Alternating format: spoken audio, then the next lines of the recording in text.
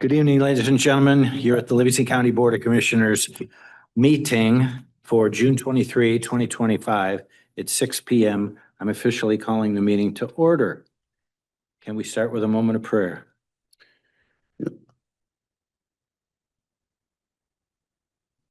Okay, let's pray. Almighty God, ruler of the people of the earth, forgive our shortcomings as a nation. Purify our hearts to see and love the truth. Give wisdom to our leaders and steadfast to our people. And bring us at last to that fair city of peace, whose foundations are mercy, justice, and goodwill, of which you are the designer and builder through your Son, Jesus Christ, our Lord. Amen. Amen. Thank you, Commissioner. Next, if everyone would stand for the Pledge of Allegiance. I pledge allegiance to the flag of the United States of America and to the republic for which it stands, one nation, under God, indivisible, with liberty and justice for all.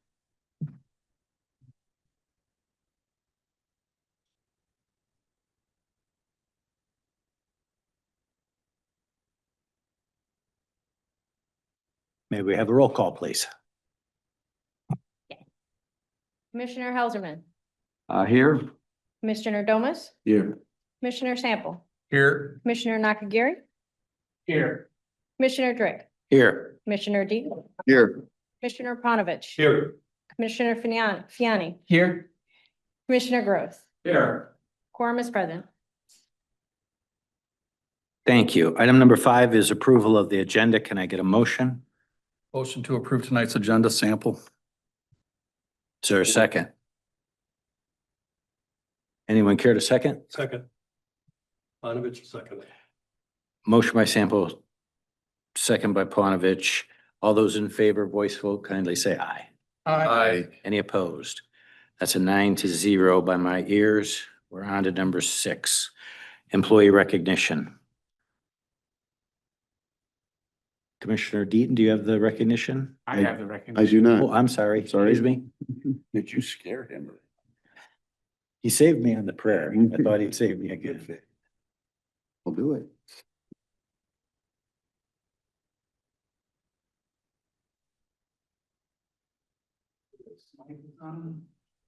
Oh.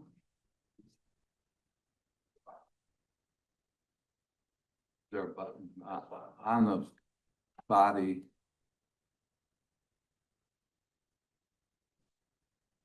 Testing. Deputy Court, if you'd come up.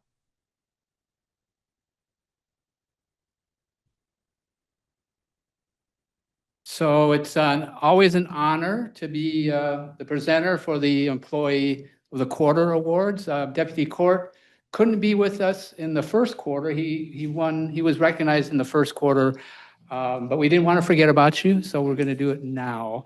So I have a few words I'd like to share with you about Deputy Court to elaborate a little bit more on why our Deputy Court was selected.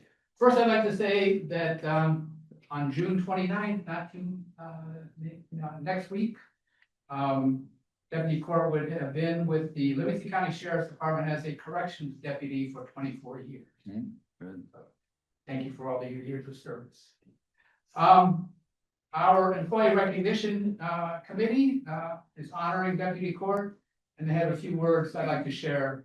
Deputy Court is a consistent, hardworking employee who deserves recognition for his efforts. He is proactive, ambitious, steadfast, and keeps a positive attitude even while in the most difficult of times. He consistently approaches a problem with the solution and is continuously striving for operational improvement. Deputy Court not only looks out for his peers, but he acts as a role model for the deputies around him. Along with being the union president, he is a phenomenal firearms instructor who is passionate about teaching. He has assisted our first aid training program, along with teaching tactical combat casualty care. A specific recent incident stands out where Deputy Court acted quickly and professionally during an unfortunate event when an inmate was found unresponsive in his cell. Deputy Court assumed control over a very chaotic scene, overseeing life-saving measures. He demonstrated quick thinking and competency during this incident while also remaining composed. The Employee Recognition Committee found Deputy Court's years of dedication not only to his own work, but to improving the skills, working conditions, and environment of everybody around him really stood out. The value of an employee who consistently shows up with a positive attitude, a good work ethic, and who uplifts others cannot be measured and is deserving of our appreciation and recognition. And I would like to present Deputy with this certificate of recognition. Thank you very much.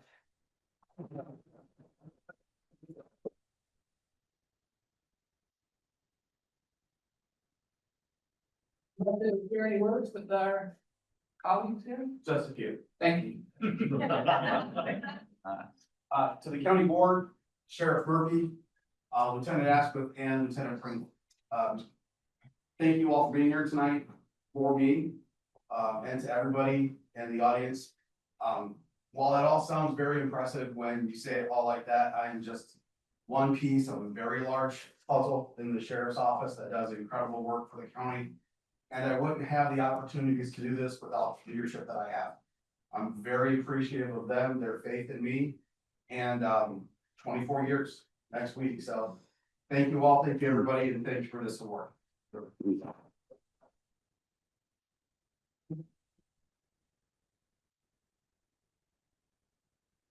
a little something extra in your check for those words. Really quiet. Make you sick.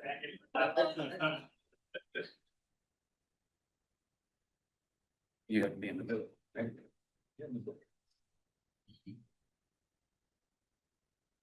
Wow, it's full up there today. She said we're full of it. She knows that. You guys want to say anything cheesy or? I think they just Gee. did. Thank you, gentlemen. Thank you. Thank you. Thank you very much. Thank you very much. Congratulations. Thank you. Deputy, good job. Thank you very much. Thank you much.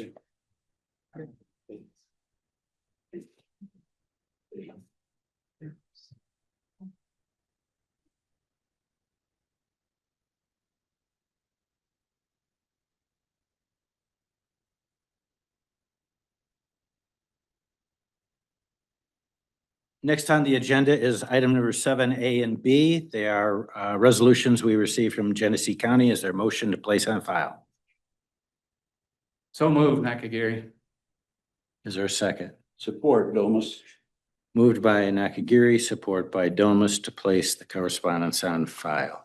Item number 8 is called to the public. This is a 3-minute chance for anyone in the public to inform the county board of just about any topic they'd like.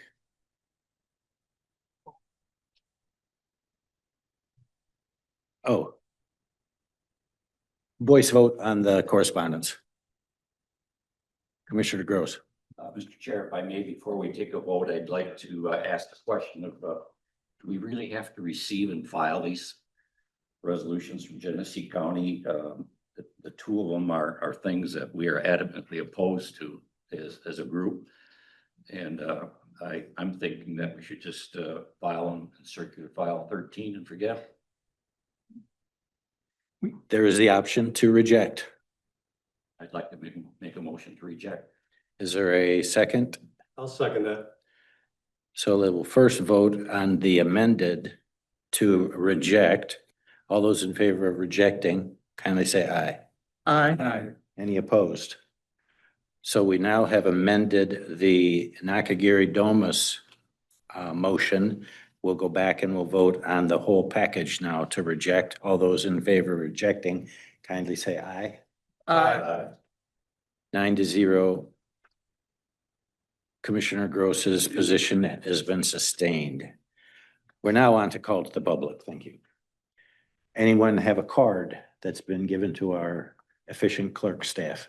Yes, we have Mary Ann Barger from Cohocton Township. Ms. Barger, come on up when you're seated and comfortable, or you can stand, but as long as you're near a microphone. Well, you've heard this all before and nothing has been done in regards to Chase Lake.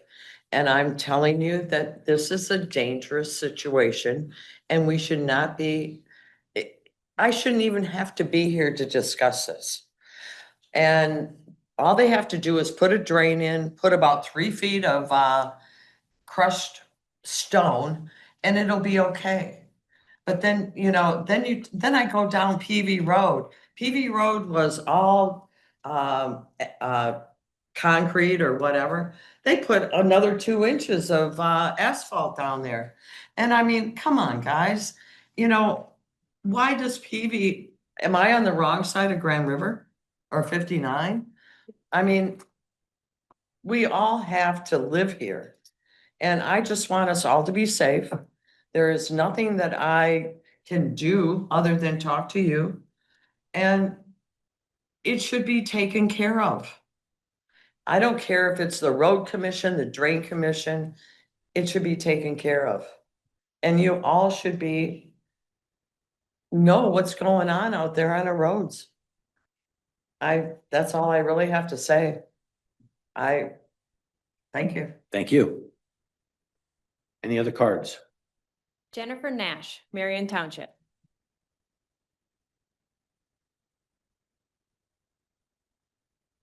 Good evening, Commissioners. Good evening. So I come before you this evening just as a community member, just to share my thoughts related to Resolution 2025-06083, the resolution authorizing the concrete construction at the admin building and our historic courthouse.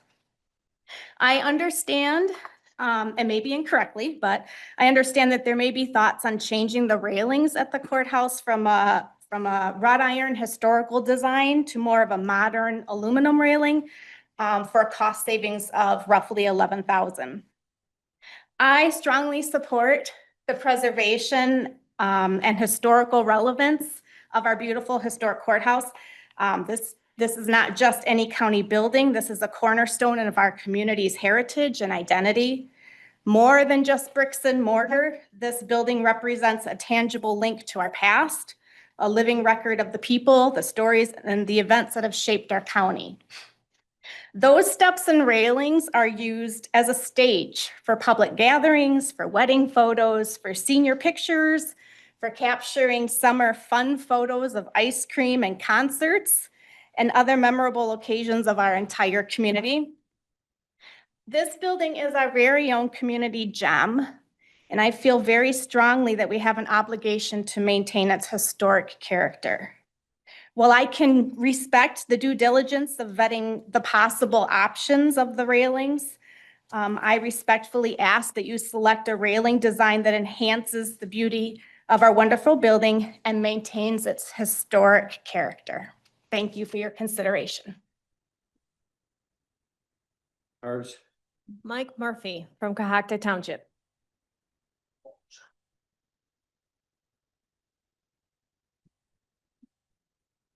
So Treasurer Nash was much more eloquent than I could ever be, but I would say exactly what she said. I commend you all for being cheap, conservative, fiscally responsible, whatever you want to call yourselves, and appreciate that because it's put the county in a very good position. However, cheaper is not always best. And in this case, I would say that this is one of those cases where cheapest is not always best, for reasons that Treasurer Nash mentioned. And then I would also say that, 15 years ago-ish, it could be a little off on my time, but the clock needed to be redone in the clock tower of the historic courthouse. And the county took the time to do the research to say, you know what, we want to keep this as a basically historically preserved. We didn't throw up a digital clock up there. We didn't take the clock away. As Treasurer Nash pointed out, this is everything about Livingston County is the courthouse, right? I mean, it's on our flag, it's on photos, et cetera, when you think of Livingston County, that's it. And then I would just say this, I could be off on this, but if the folks that were here, if they were living today, the folks that willed this property to the county and the courthouse, I would suggest that we take what I would believe to be their thoughts into consideration too. Does aluminum railing meet ADA standards and will it work? Of course it will. Will it look like crap? Of course it will. So spend the extra money. Thank you. No more cards. No more cards. Anybody on Zoom, Krista? Commissioner, I have Elizabeth Huntley. Ms. Hundley, go ahead. Thank you, commissioners. Elizabeth Hundley, Genoa Township, also your Livingston County Clerk. I'm going to reiterate what Jenny Nash and Sheriff Murphy just stated, and I'm going to respectfully urge the county commissioners to pass the resolution tonight in regards to the historic courthouse, including the steel handrails for that project. We are stewards of the county's most iconic and architecturally significant building, and we really have a responsibility to preserve its character and integrity, not just for today's citizens, but for future generations as well. I'd certainly appreciate the desire to reduce cost. I respect your judgment. Commissioners, you've had my support. But I'm asking you to please honor the historic nature of this building.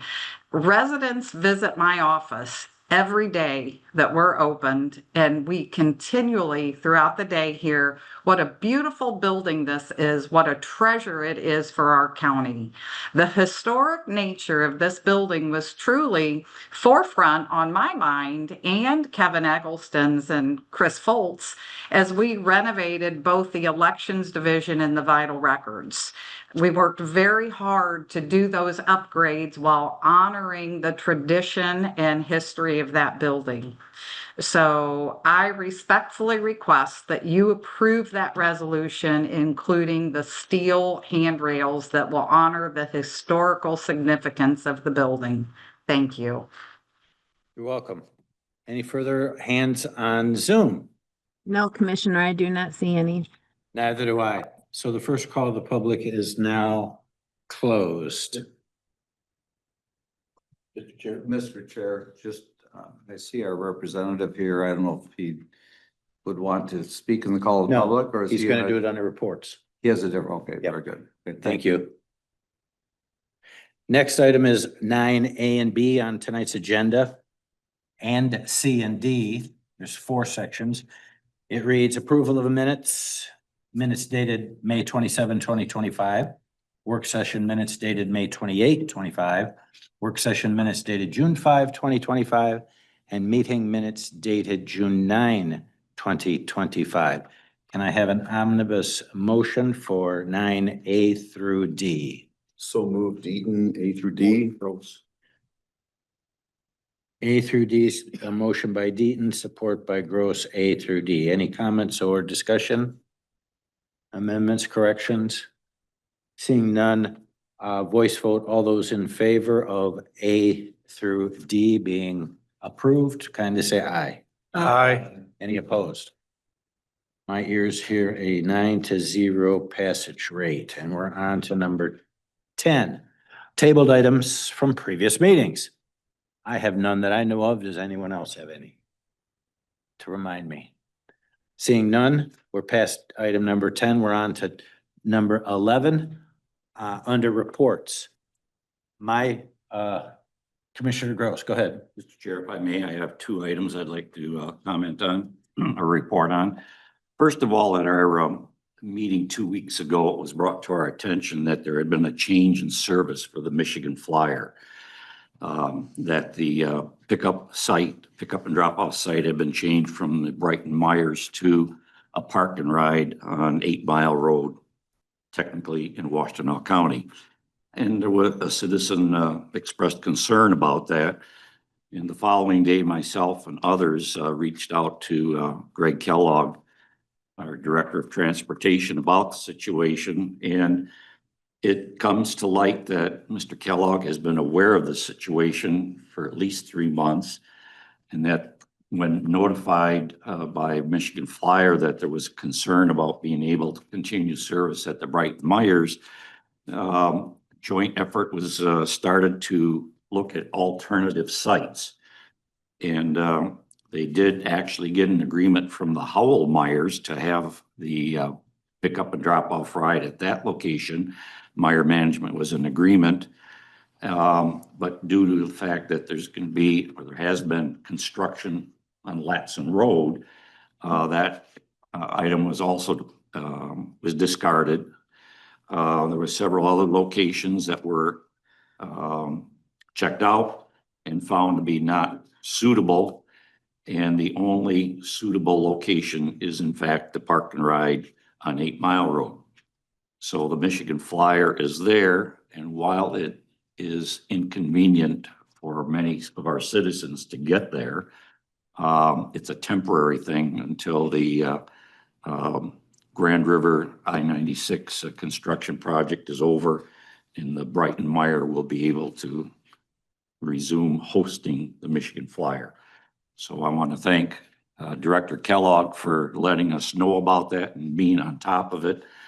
You know, we weren't aware of this, but I don't feel that we need to know every little thing that's going on in the various departments. So thank you, Director Kellogg. I appreciate your update and diligence on this matter. The second item that I have to report on is last Thursday, I attended an energy symposium that was held in Frankenmuth. And there were a number of speakers throughout the day, probably 9 or 10, talking about all sorts of facets related to renewable energy. In fact, the title of the symposium was Renewable Energy, Are You Prepared? It was very interesting. Some of the speakers had some really, really good information, but after a while it became obvious that the entire group of presenters were very, very favorable to wind, solar, and battery. And there was no provision, unfortunately, there was no provision for any dissenting viewpoints to be made. And in fact, the organizers failed to even have a question and answer period with all of the presenters at the end of the day. So I was disappointed in that. I've got a copy of the program that they had. I put it in everybody's mailbox, and I can have a few extra copies if anybody present would like to look at it. One of the things that really was very interesting to hear, and again, there was nobody to express a opposing point of view, was that there was a woman who is involved in the real estate industry, and she indicated that there were a number of studies available that prove that sales of property very closely located next to windmills or battery operations or solar farms have not seen any appreciable effect on their property values. In fact, in many cases, property values went up to the percent that was expected in areas that were not close to these events. So I just wanted to bring my colleagues up to date on that. This was prepared by the Saginaw Bay Area EDC. It was interesting to note that their EDC organization has 29 members representing all facets of the communities up there. So it was an interesting day, to say the least. Thank you for the time. You're welcome. Any other commissioner have a report? Commissioner Fiani. Thank you. Commissioner Sample, Commissioner Nakagiri, and myself were very fortunate to be invited to and attend the State Leadership Conference at the White House. The invitation was extended by and facilitated by our own State Representative Jason Wooford, who attended as well. And it was just a phenomenal event. We had the opportunity to meet with members of the Trump administration, including the Secretary of Commerce, the Secretary of Education, and then Secretary Kennedy as well. It was quite a remarkable meeting, very informative. They were very eager to better understand what we are dealing with at the local level and the state level.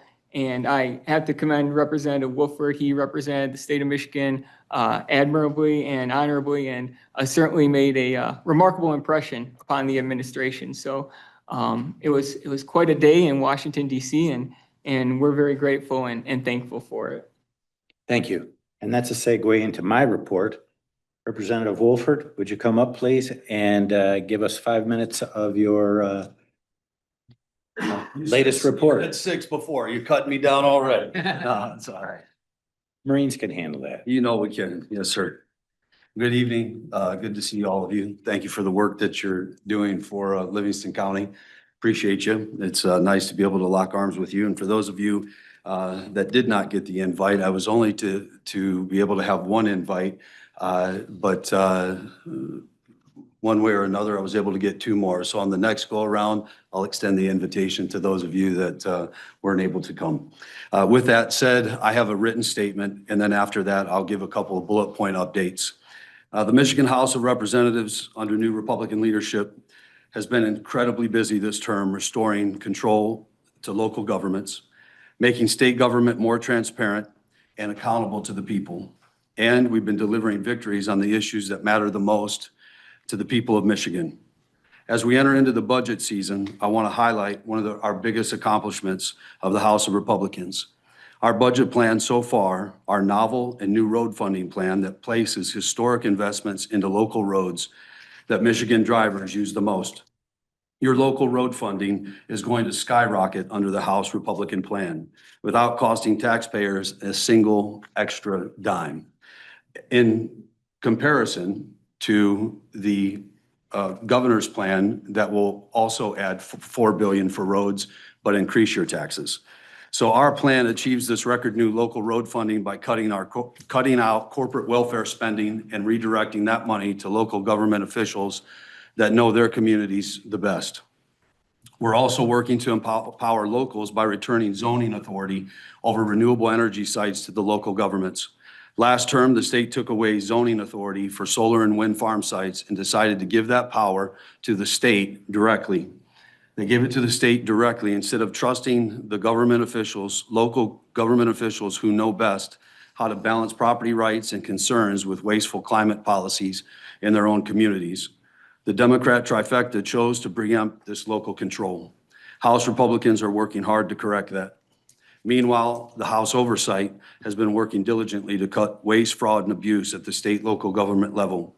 As a member of the House Oversight Committee and presiding member of its subcommittee, I've been privileged to play a large part in this effort to make government more transparent and more accountable to the people of Michigan. The Oversight Committee recently issued a subpoena on Secretary of State Jocelyn Benson for her refusal to hand over election training materials that her office provides to clerks all over the state. Despite handing these materials out to hundreds of clerks throughout Michigan, she has refused to give them to the people, the people's elected representatives, even illegally defying the subpoena we issued. As a result, we voted to hold her in civil contempt of the Michigan House, and we are currently engaged in litigation to get these documents that we've requested. Michigan law gives clear statutory authority to the legislature to issue subpoenas for any work that pertains to one of our committees. But Benson has continued to disobey the law. Her determination to not hand over these documents definitely strikes myself and my colleagues as very suspicious. And we have begun to wonder if she's trying to hide legally suspect instructions to the clerks. However, our commitment to transparency is not just lip service, and we're going to continue to fight for these results. In my own oversight committee, which focuses on state and local public assistance plans and programs, we have been uncovering waste, fraud, and abuse throughout the state government. Whether it be through the Department of Health and Human Services food assistance programs or the Unemployment Insurance Agency, the state of Michigan's public services have lost hundreds of millions of taxpayer dollars through waste, fraud, and abuse. This kind of reckless government action is going to be put to an end under this new leadership in our state government. I want to say that it's a privilege to be able to be chairing oversight for state and local affairs. The budget in Michigan for the state of Michigan is around 84 billion. We are fighting against them, trying to add an additional 4 billion, increasing burden on our taxpayers. But having said that, this committee is looking into, my committee is looking into 32 billion of that for waste, fraud, and abuse. And I can tell you, we have found it. We have found it in the tune of hundreds of millions of dollars. I've had DHHS come before my committee where they thought they were going to kill us by death by PowerPoint, but instead we walked them through the portal, the website, to where you sign up for benefits. We put the governor's address in with a fake name.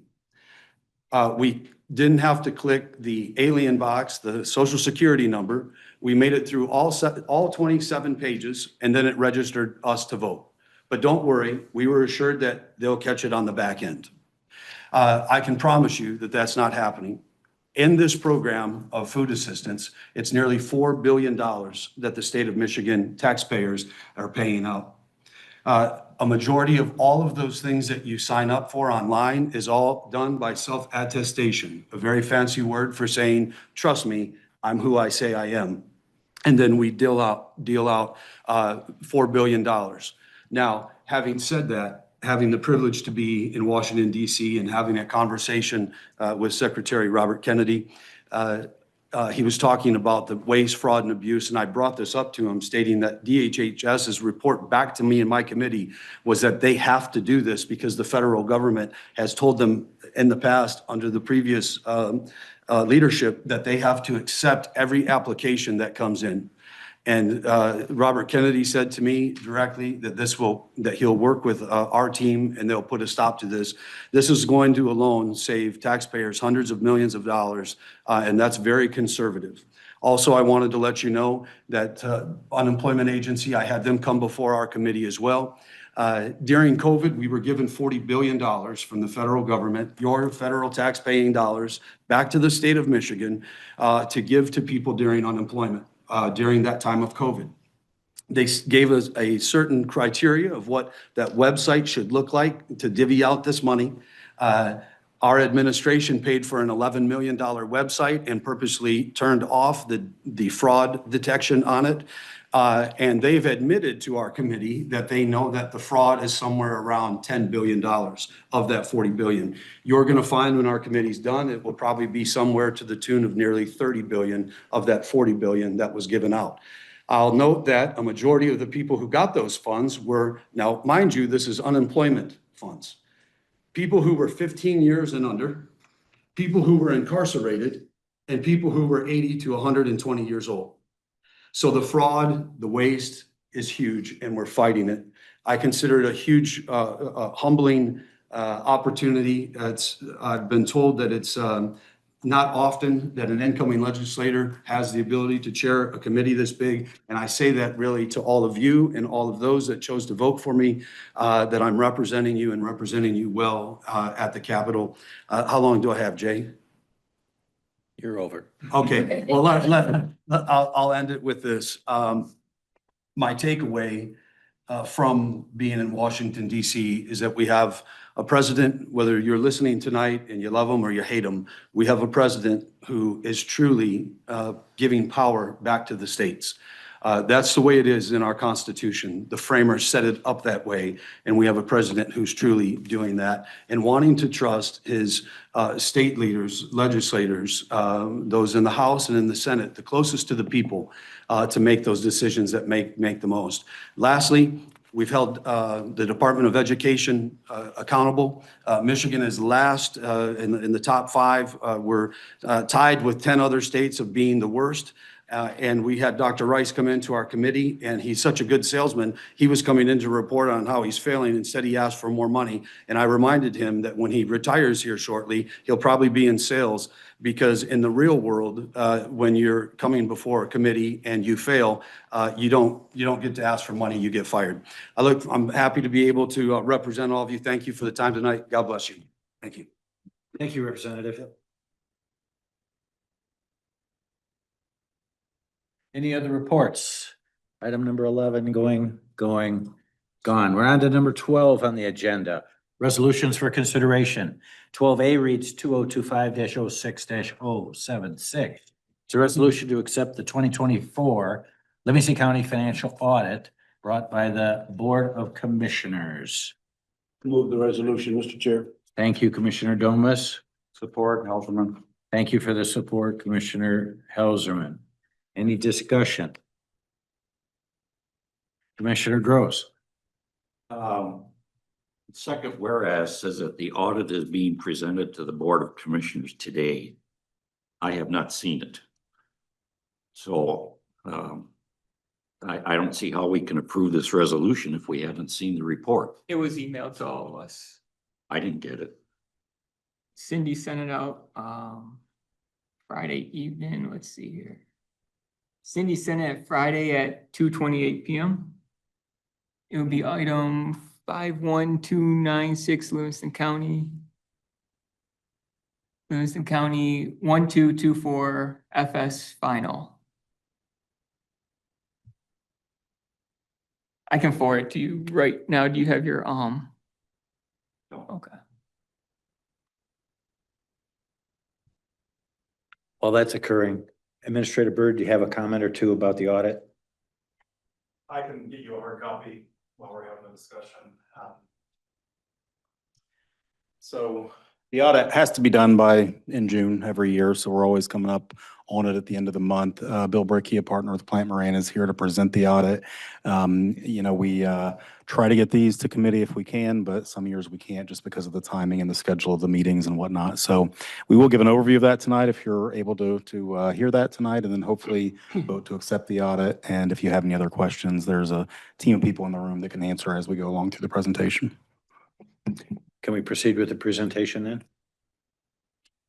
Commissioner Gross? I appreciate knowing that apparently it was sent out. I must have missed it. And I thank Administrator Byrd for offering to provide me a copy. I guess I'm wondering if anybody's really looked at it and if anybody's got any thoughts about it, if they noted anything of concern. Commissioner Fiani? I guess perhaps as chair of the finance committee, I can affirm that everything from the audit was in excellent order. I had an opportunity to meet with our representative, Mr. Brickey from Plant Moran, and then of course with Treasurer Nash in the earlier stages of this. After reviewing it, I certainly didn't see any issues, and I think it continues to highlight the fiscal conservative fiscal order, and financial responsibility of our county as a whole. Thank you. Mr. Brickey, you want to proceed?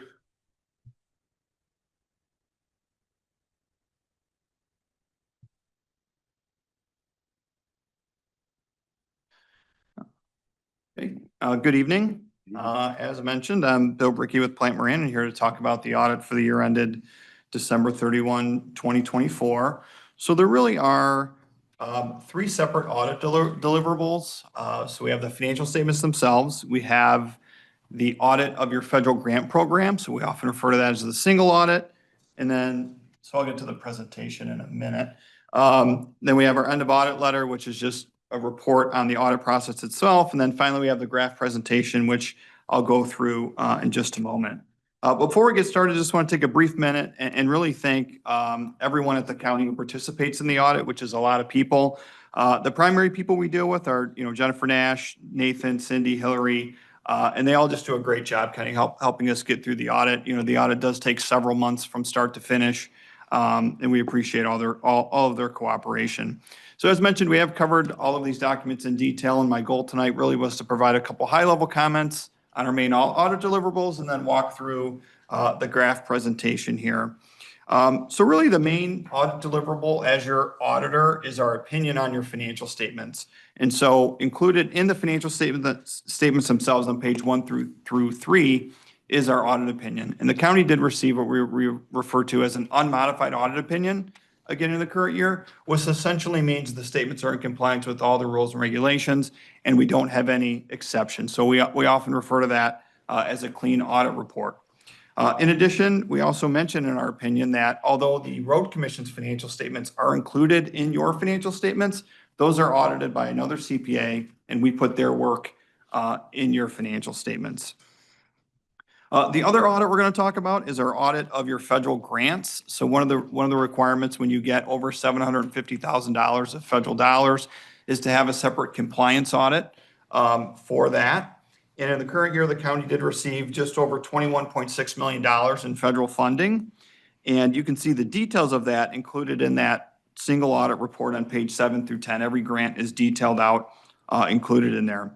So of that $21.6 million, we specifically audited the $13.4 million of American Rescue Plan funds that were spent by the county in 2024. And happy to report that we did not have any findings. So again, you're in compliance with the rules and regulations related to the spending of those dollars. And just a quick reminder, so in 2021, the county was awarded $37.3 million of those American Rescue Plan dollars.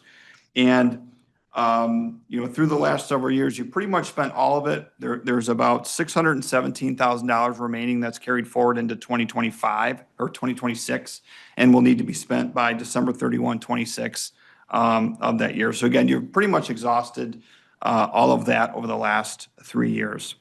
So overall, related to the audit, happy to report that we have no findings on the financial statements themselves or on the federal grant. So overall, very good job there, clean audit report.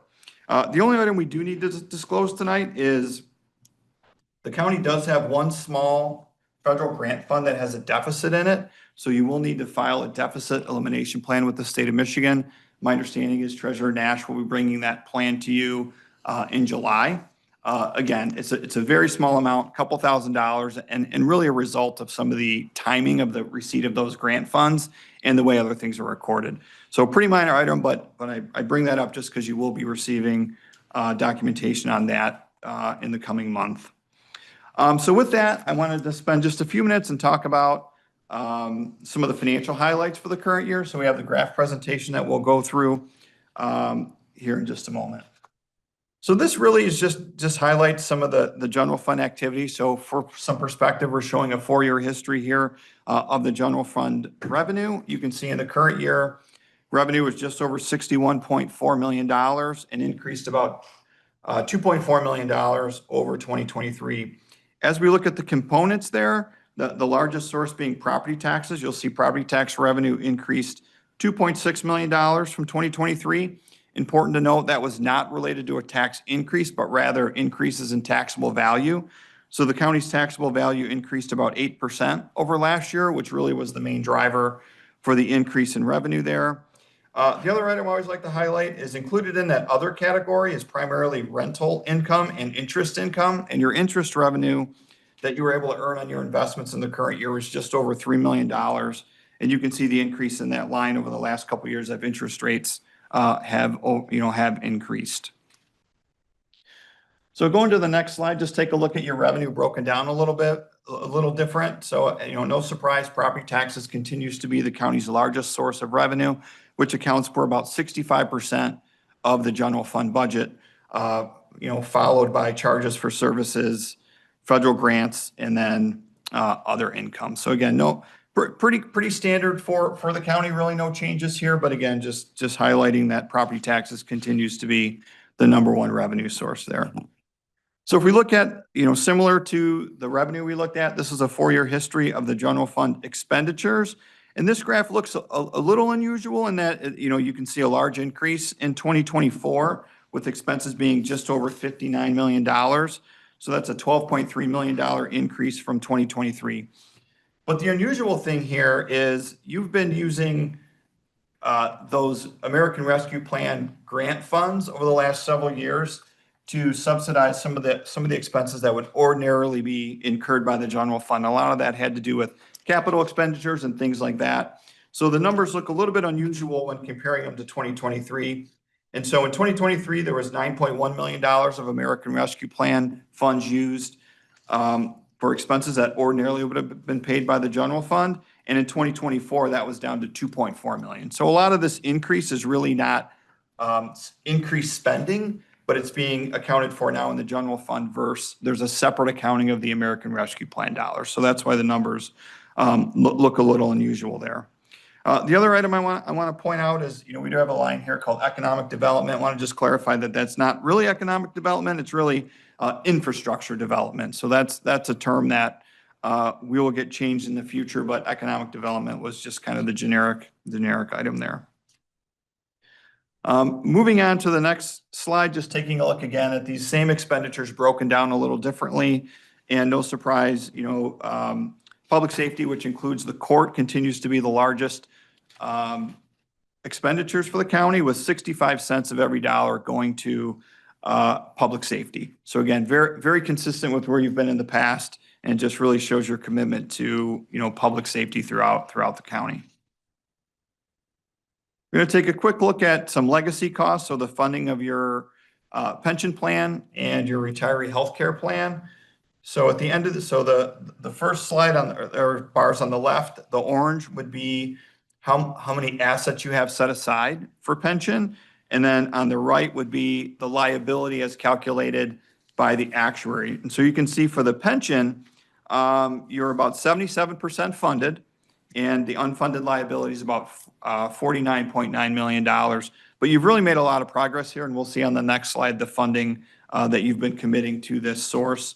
And then when it comes to the retiree healthcare liability, you're actually overfunded. You're about 118% funded, and you actually have an OPEB asset of about $2.4 million in that category, which really is unprecedented. There's not a lot of governments that have even 100% funded their retiree healthcare. So being overfunded there is really a good thing. And just some perspective on this, a lot of times people ask me, well, how funded should we be?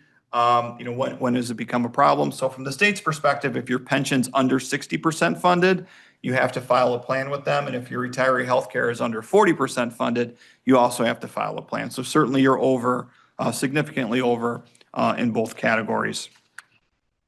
On the next slide here, just taking a look at, I know the county's really been committed to increasing its funding in the pension system, and it has committed extra funds to make contributions to that plan.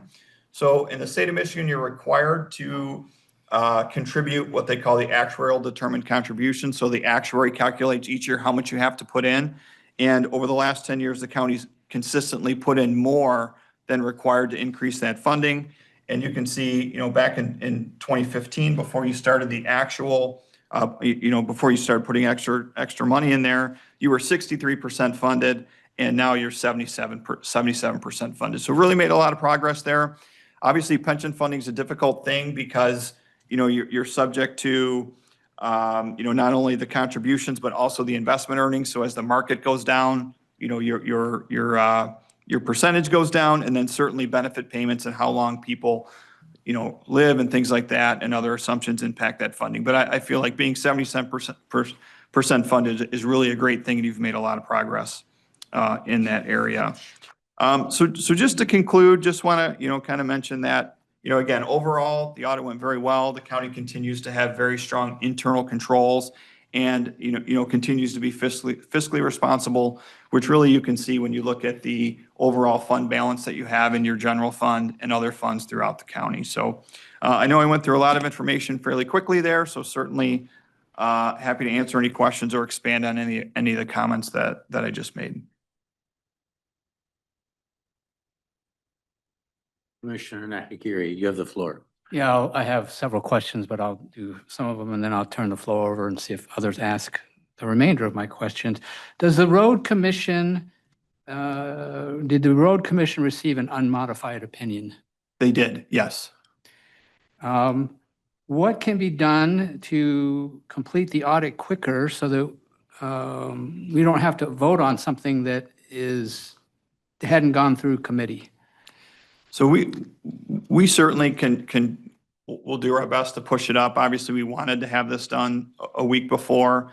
Some of it is, just being a little tighter on firming up and getting this thing issued. We do have to wait on the road commission, but I'm not blaming them because we can't issue our report until they issue their report, and then we got to put everything they do in ours. So that caused a little bit of a delay, but The other thing is this year we did issue the single audit, which I mentioned, the federal grants at the same time as the federal audit, which we haven't done in the past, but we certainly, I understand that, like, I want you to get these documents at least a week earlier because I know there's a lot of information here. So we'll work with your team to try and get this issued at least a week before, so you have adequate time to review the information. But can you give examples of things we could consider doing or we ought to consider doing? So, I mean, you say we're going to do a better job, but my recollection is we are frequently up against the clock. So, honestly, they're just, as we kind of go through and get to the end of it, there are just things that, there's a little back and forth between our team and your team getting, documentation on, different things that come up throughout the audit.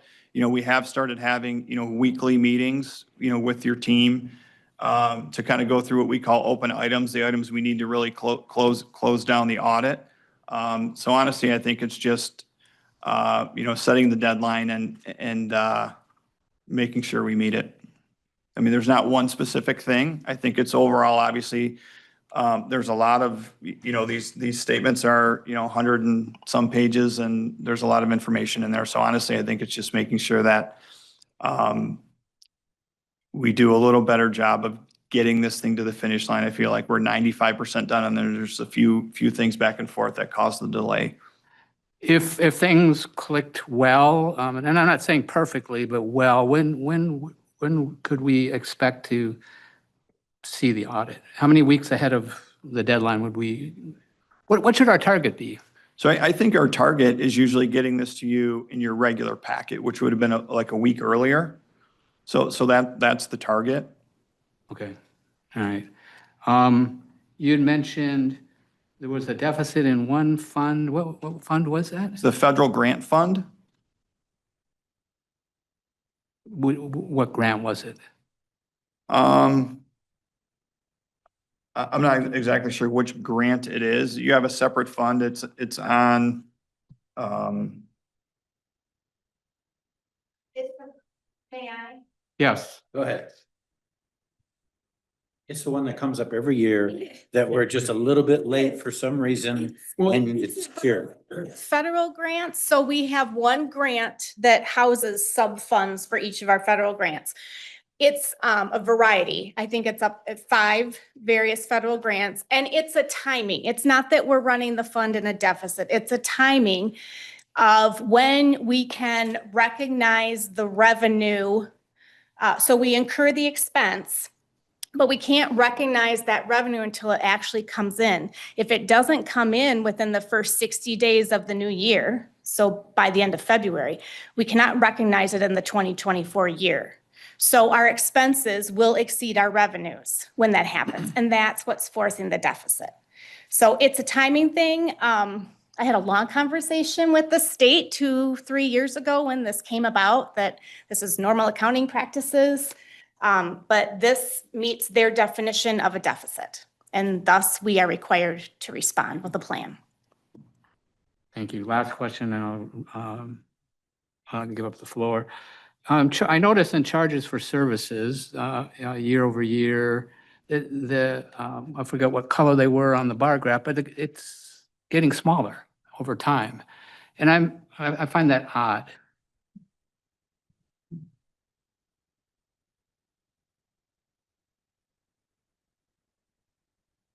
So yeah, the blue. So the blue, yeah. So it did go up this year, but certainly it's down from 2021, 2022.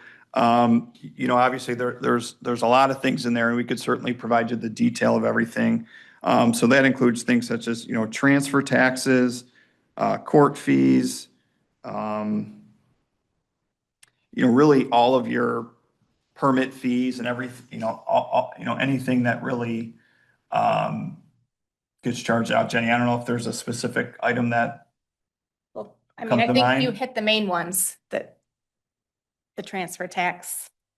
Okay, Yep. I'll chat outside. I mean, I just, it's certainly not keeping up with inflation, so we're doing services, so we're charging for it, and, that it's not keeping up with inflation, to me suggests that,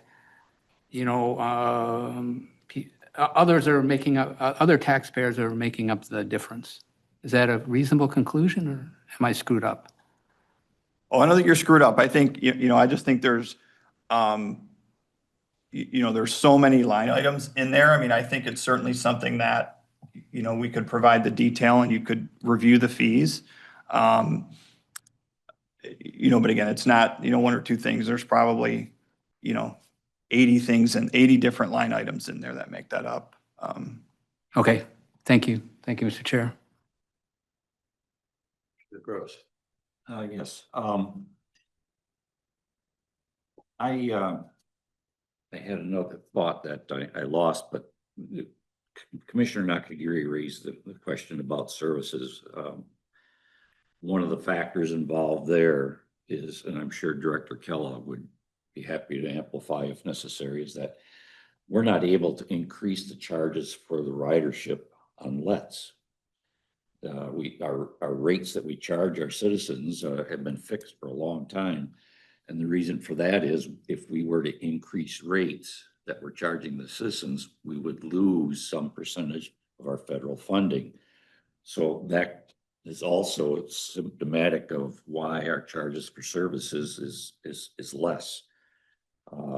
It's kind of a catch-22 as far as our LET system is concerned. Just wanted to mention that. Thank you. Anyone else? Commissioner Hausman, you have the floor. I have a question. Is it by law that we have a yearly audit? Yeah. Yes. Okay. I'm sure that you audit other organizations that do not have a yearly audit requirement. So in the state of Michigan, any municipality over a certain size, which the size is pretty small, is required to have an annual audit. Okay. So all of the communities I work with have annual audits. Okay, because I was just gonna ask, in general, I would suppose businesses have audits and things of that nature.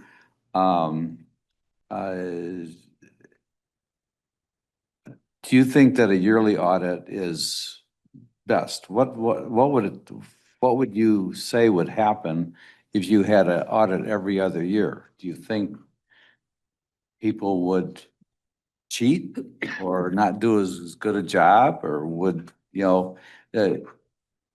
just for example, because we pay a lot of money for this, it's of value to us, but what if we did it every other year? I'm just speaking theoretically. So theoretically, most businesses who have an audit, and so if you're a for-profit company, typically people get it because the bank makes them get it, or the owner wants it, or some other reason. But typically it is done annually. It'd be pretty rare to have an audit done every other year, because as an auditor, if I'm gonna audit something that wasn't audited last year, I gotta go back and audit all the beginning stuff. So to give an audit opinion, typically if you're doing one, you're doing it every year, because if you're gonna do it every other year on our cycle, it's almost like you need to audit the beginning and then the end. And again, I think, audits are essentially required just to ensure that, the books and records are materially stated. And obviously, there's a lot of information in here that goes beyond the day-to-day cash receipts and cash disbursements following the required GASB guidance and things that the state of Michigan kind of makes you do. So if this happens every year in every municipality, what is your experience with municipalities that have been charged with fraud and abuse of their money? Does the audit catch that? Or is that for a whistleblower to, can we find out when there's fraud and, but that's not exactly what you are trying to find. You're not tasked to find fraud and abuse. Correct. So we're not doing a forensic audit. We're doing a financial statement audit, and we're reviewing obviously the numbers and controls. But certainly there have been years and a lot of audits we do where we have audit findings, and a finding doesn't necessarily mean it's fraud. It just means something happened, a transaction wasn't recorded, your internal control structure needs improvement, things like that. So although our audit is not designed to catch fraud or collusion, certainly we do highlight if there's internal control deficiencies, or if we find transactions or things that weren't recorded. Those would oftentimes be corrected, and then we'd have in a report, we'd tell you what was corrected. And that happens quite often. Certainly the fraud, we don't like to see it, and we don't see it a lot, just because, again, a lot of governments have structures and internal controls in place with, governing bodies and things like that to ensure that it doesn't happen. Okay, so does the federal government do a yearly audit? The federal government does not get audited by a CPA firm. They audit themselves. Okay. I think Sheriff Murphy might want to do that for his jail, have jailers watch over the jail. So does your firm ever lobby the federal government to have a company like yours audit the federal government? Because I would assume that if that happened, your company and company like yours would be very, very busy. As far as I know, we don't lobby them. I mean, certainly there have been projects or things I'm sure we've done, but no, we're not actively lobbying for that. I would suggest that you do that. I'm looking out for your financial bottom line. I think it would grow considerably. So anyways, that's it. Okay. Any further? Commissioner Gross, you have the floor. Thank you. Recall what I was worried about earlier. With respect to this federal grant that's operating at a deficit, isn't that is that a recurring thing? Is it been the one time, or is it every year? It's been this same fund has been, again, it's according to the state's definition of a deficit. So over the last 3 years, I think it has popped up. And again, that's because the state defines what is a deficit. Can we solve that problem via a journal entry? Can't we just We, revenue, and then when it actually comes in, it washes it out? No. Then we'd get a finding. I was gonna say. And to put it in perspective, the deficit's $55,000. So it's not yes. millions of dollars. It's $55,000. It's a lot. It's a lot. And again, once you're It's money we paid, ha- we you're have going it. to We get. yeah. You're going to get. Yeah, yes. the money has been promised to us through the grant reimbursement process. So we've incurred the expense, we've submitted for reimbursement to the granting agency. We just have not timely received the revenue back in order to be recorded in our 2024 revenue. And therefore, the state says it's a deficit. And that's why I think a journal entry would solve the problem. Well, sure, but it's not legal. I It doesn't meet our internal controls. should get a legal opinion on that. I may have got one follow-up question, follow on to Commissioner Helserman's comments. Is there any way that we in the county can know if we are making pension payments to somebody who's 150 years old? Yes. So every year, and Jenny, you might know who puts it together. I think Cindy's involved, but there is there's what they call census data, which is all the people who are receiving benefits or are going to get benefits. That's put together, reviewed annually, and sent to the actuary. And also, I believe through MERS, who's your pension plan, I believe they do annual reviews of people getting benefits, and they're looking for people who died and things like that through their internal control systems. So that is something that I know is reviewed annually. Thank you. I'm done. Any further questions? Commissioner Nakagiri, you have the floor. Mr. Bricky, does your company do forensic audits? We do, yes. I noticed on the unfunded pension liability, it's $49.9 million. When I first came on the board, about 6 years ago, it was somewhere in the $37-38 million range. So while our percentages are okay, I mean, we're going, and I'm sharing this with the board and everybody else, the amount we owe is going up. And that's troubling to me. At another time, we should have a discussion, because there is one thing that the board does that it does not have to do in terms of paying on the pensions. That is, if we stop doing that, we would likely be able to reverse that number and have the magnitude, the number that we owe, the amount that we owe actually decline. The last question I have is, does an audit assess whether or not we are appropriately squirreling away money for depreciating assets to replace them? So I would say we specifically don't analyze the numbers. So the thing I usually say is, my opinion doesn't speak to if the financial results are good or bad. More or less, these are the financial results, and then someone can rely on the numbers in here to make their own conclusions on whether you have appropriate reserves or you're appropriately funding capital, things like that. So our work really is to ensure that when someone reads these numbers and how they're presented, that they can trust that they are correct, and then it's open to interpretation whether they're good or bad. Okay, thank you. Thank you, Mr. Chair. You're welcome.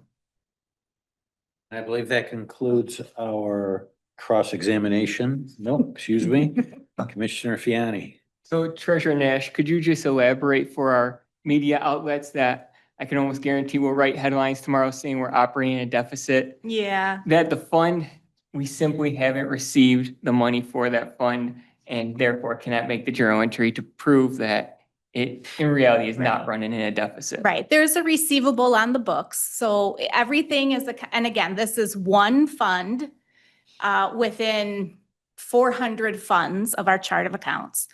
The deficit is a state definition of what is a deficit. There is a receivable on the books that shows this money is owed to the county.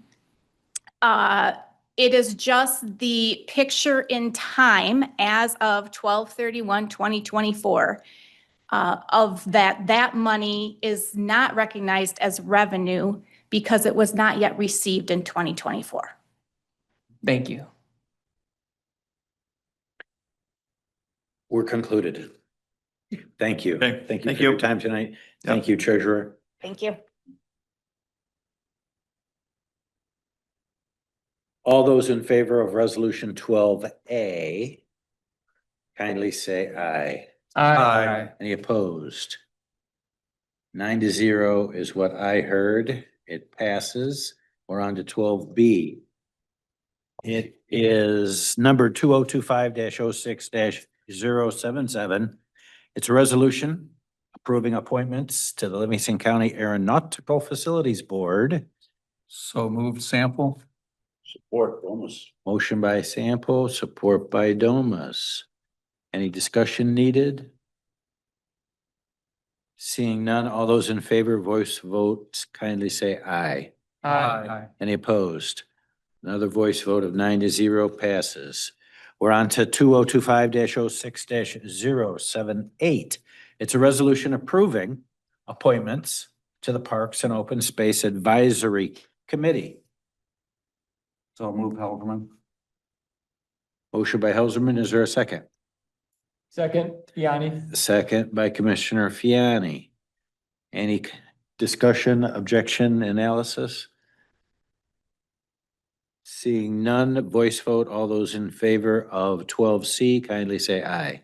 Aye. 9-0 is the vote there. It passes. We're on to 12D, 2025-06-079. It's a resolution amending the membership of the Human Services Collaborative Body. Can I get a motion? I move to adopt the resolution. Motion by Fiani. Is there a second? Second.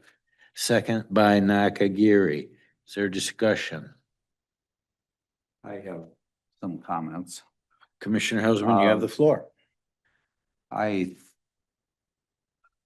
As I've looked at this, I'm happy the way things, as happy as I can be is the way things are. I don't know as this will make a huge difference one way or the other. So I would abstain if that was a possibility, but I will vote no, just because I don't think it's a big enough improvement to have a resolution for. That's all. I think it may be an improvement, but so that's just my opinion. So. Very good. Any other comment beforehand? Commissioner Gross. Yes, I'd like to make a motion to amend this resolution. In the very last item, the second, be it further resolved, says that the Human Services Collaborative Body bylaw shall be updated to reflect this. I think we need to define this, and I would make a motion that we add the terms, the impact of this resolution. So you're suggesting to delete this? No, no, to add So after the word this, you'd like? the impact of that. I'm sorry, let me do this. In front of this, say the impact of this resolution. So the impact before the word this, and then afterward the word this resolution. Yes. I'm understanding it. Is everybody on the same page of what the amendment is? Is everybody understanding? I'll second that. So it's a amendment offered by Commissioner Gross orally, and we have a second by Commissioner Fiani. Discussion of the amendment. All those that in favor of the amended additional words, voice vote, kindly say aye. Aye. Any opposed? 9-0, so the amended language is now in the resolution. Madam Clerk, did you get that? Okay. So now we're on to the amended resolution. Any discussion? Commissioner Nakagiri. I have a question. I just want clarification that there will be 9 members, voting members. I want a clarification on how many voting members there will be. So it looks like 9 plus 1 county commissioner for 10 voting members. Is my understanding correct? So that would be incorrect. The way it's currently written is that there would be 9 vote-in permanent members, then an additional 9 vote-in at-large members, and then 1 vote-in county commissioner. Or, Total of 19? yes. 19 voters. Where does it, I must not be reading this right. So in the therefore be it resolved, membership of the body shall comprise of no more than the following. And the following are all voting members. Now, if there was a desire to scale it back, for example, to just make the 9 permanent members the voting members, and then 1 commissioner the voting member, for a total of, I believe that's 9. Then the second phrase would have to be eliminated, and that would be the 9 members at large. So where it says, after resolution 405-183, the phrase between the commas, then that phrase is 9 members at large appointed by the Livingston County Board of Commissioners. That's, would have to be removed? Yes, to scale back the voting members, that's correct. I will make that motion to delete that portion of the resolution. There's a motion to amend by deletion. And it's made by Commissioner Nakagiri with a second by Commissioner Sample. Does everyone understand what words are being proposed to be deleted? Is everybody on the Really same important page? that That's the, yes, next. At the comma after 183 through Board of Commissioners. Yes. Okay. So you want there to be 9 + 1 voting members? As Total. opposed to 18 + 1? That's correct. Is that what your amendment is doing? Yes. Yes, yeah. Okay, it seems to me that we are doing, you know, we're making, in my mind, that would be a huge change. Halving the number of people that votes, basically. And again, what are we gaining by doing? That's my question about this whole thing. How does this make this body better for our county? That's kind of where I'm coming from. And as I've said before, this organization is one of the gems of our county. And to make a change like this without it being somewhat, for considering their opinion, I kind of think that we ought not, you know, the changing the number of people is, I think, a very significant and unnecessary change. I don't think that it will improve this committee or improve, you know, our commission's opinion of this, the work of this body, you know, so I don't understand why I don't understand the purpose. Commissioner Fiani. I would just like to note that I'm in agreement with I have no opposition to Commissioner Nakagiri's amendment to the resolution.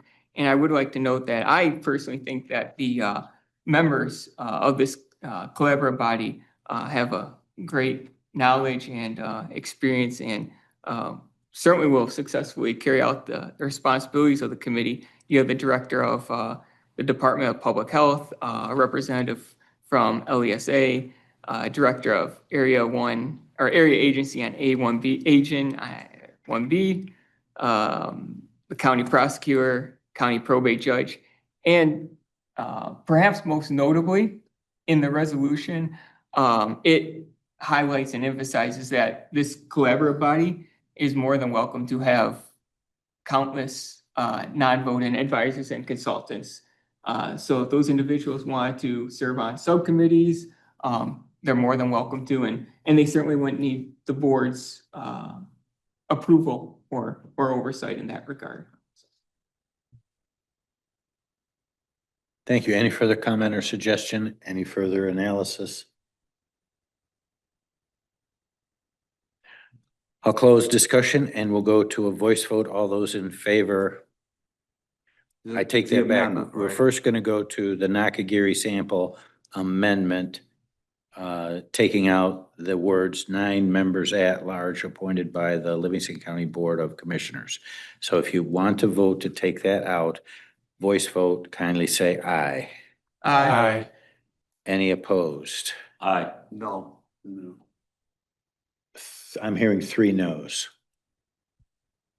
So we have 6 to confirm and go with the amendment, deleting those words, and 3 votes not to do that. So now we have an amended resolution in 2 instances.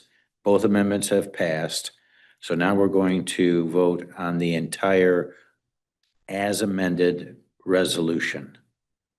Voice vote, kindly say aye if you're in favor. Aye. Any opposed?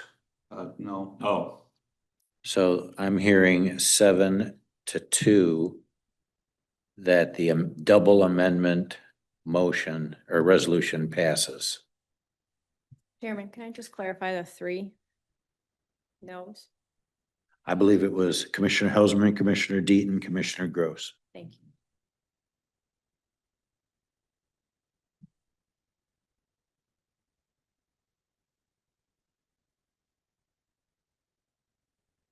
You ready? Okay. We're on to 12E. And it reads 2025-06-080. It's a resolution to reorganize the building department staff hours. I move to adopt the resolution. Commissioner Fiani has made the motion. Is there a second? Second, Nakagiri. Second by Commissioner Nakagiri. Any questions, any need for analysis or further investigation? Seeing none, we'll have a voice vote. All those in favor of 12 sub E, kindly say aye. Aye. Any opposed? Kindly say. I'm hearing 9-0, it passes. We're on to item 12F, which is numbered 2025-06-081.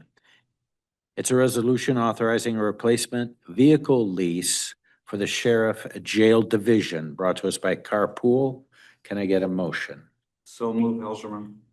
Support, Domas. Motion by Helserman, support by Domas. Any discussion, any questions, any need for presentation? Commissioner Fiani, you have the floor. Director Kellogg, I was just wondering if you were able to make any successful headway with Enterprise, chopping the number down. Commissioner Fiani, I asked the question. The response is that the maximum incentives have been applied. So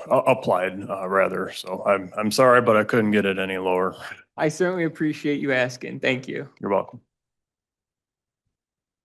Thank you. Any further comment, discussion?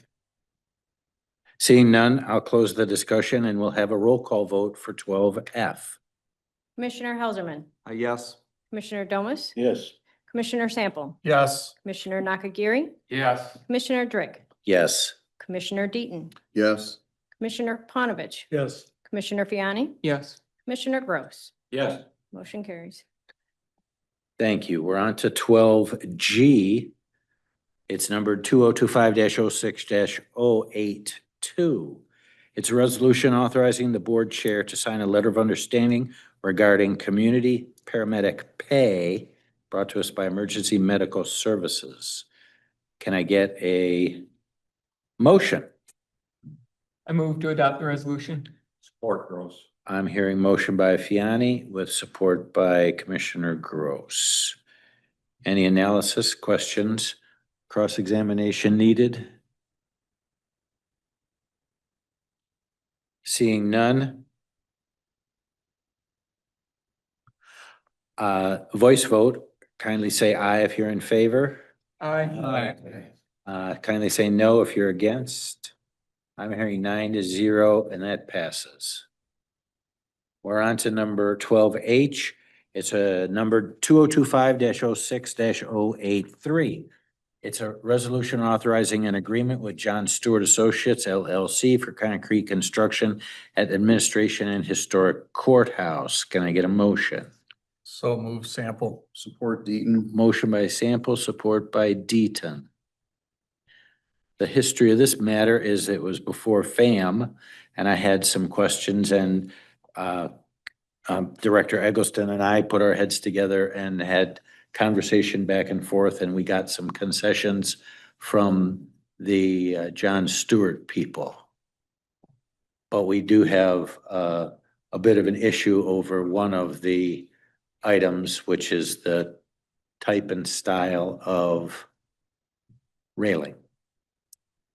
So the concessions that appeared to be okay with the contractor is to reduce the contingency to 15,000.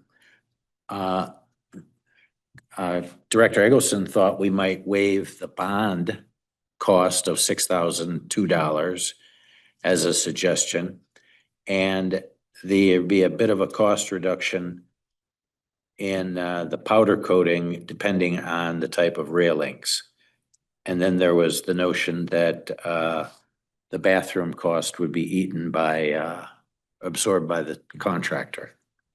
So the main thing that we are going to have to decide tonight is whether we want to spend the 25,800 for the historic type railings or go with the 14,700, which are aluminum but galvanized with zinc for corrosion protection.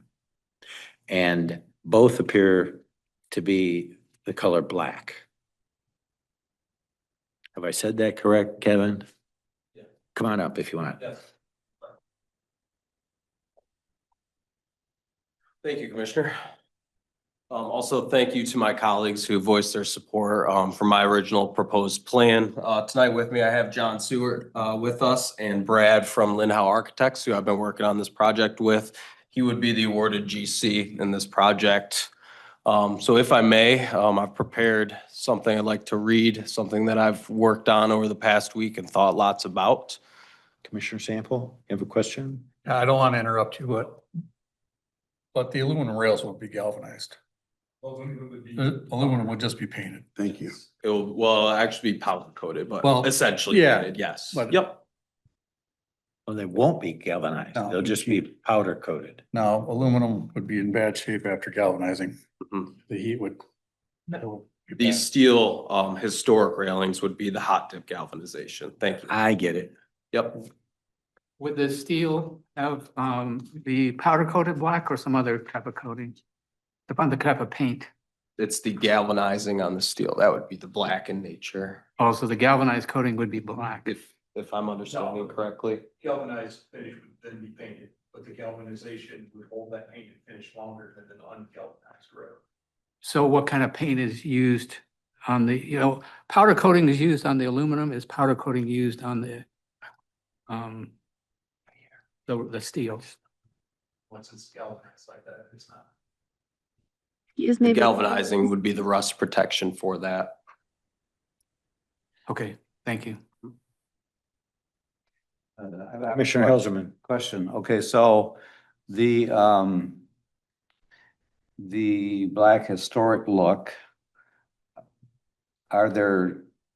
is there only one possibility in that look, or are there other possibilities?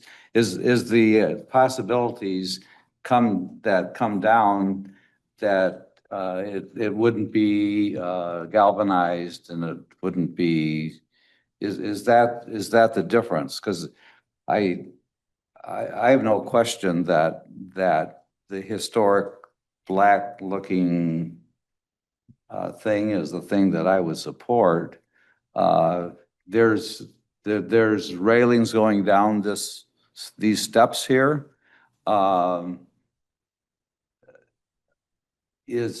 What is different between the steps going down there and the steps or the railings that you're going to put there? Because it seemed like those railings would look as nice on the court.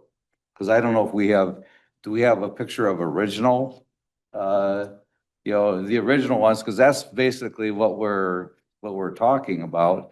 But do we know, or are we just imagining what the original, because do we know what the original was? We know very closely to what it was. We are fortunate enough to have a twin sister building in Berry County. Brad here has shown, we took a quick trip out to this courthouse, which is the same architect and built around the same time. So it's pictured there. So we were trying to closely match What was existing at that courthouse. That was our best, ability to create the original railing. Okay, and obviously those are not original. Yeah, I was just gonna add to that. They're not from 1850. Correct. No. And The original- those are not black either. Those are yellow. The original building, when that was constructed, had no handrails on it at all. It's very similar to the buildings that you see in Washington DC. All these buildings, historical in nature, are having to come up to ADA standards. This project was done, again, Kevin let us know that Berry County was the sister building to your facility here. We went on a visit to that, talked to their, buildings and grounds crew there. They had the same issue probably 15 years ago. And so they modified the stairs, they brought it up to code. This was the system that they went with. So in terms of having a historic, example to reference, we use this as a starting point. We did boil down our design. We did not use make sure I'm pointing at the right point. There's very ornate finishing and panels on the up and top. We punted on that, kept it simple, kept with the round detailing at the top. We tried to boil it down, but still in the same character of what was provided there, just so there was a historic tie-in between the two buildings. They kind of went first and we were following suit. But again, we did boil that design down. An aluminum rail system is it's a completely round profile. And it's really, it would fit this building perfect. Down on the landing here, it wouldn't fit the historic nature of that building. And so we were trying to balance cost with the look and character of what has been done on that style of building. So will this have, the little railings that are 4 inches apart, or is it more open? No, we have to do that per code.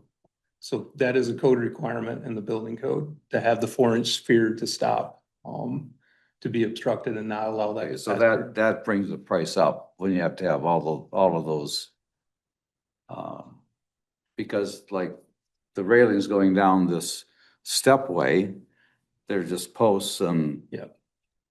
That's a wrought iron assembly that was probably done, I would guess, in the 70s. You see a lot of that with the buildings where ADA first started. People tried to do a mandate or a fix, but the original building itself had probably no handrails. Okay, so. And the majority of the cost involved with this fix is the concrete work. As you can see, this is just a minor portion of the overall cost of it. So so basically we have either it's aluminum or it's metal and both will be black. Right. Okay, so the picture that we saw is a aluminized aluminum, and that I don't think anybody wants. It was more the look, character, and profile. That's how it would look, just minus the color. Instead of being clear anodized, it would have a black powder coated finish. Okay. But the profile and look would be the alternate. Okay.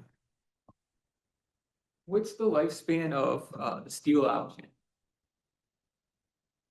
Well, considering that the handrails over there had lasted us approximately 40 years, I guess that's a safe bet. Wes had looked up the statistic last time and we're anticipating 30 to 50 years on this concrete work. And with the way that the railings are set into concrete, we're sleeving them and then epoxying them so that there's no moisture penetration. That's about as good as we could possibly get, similar to sleeving a 4x4 timber going into the ground to prevent water penetration.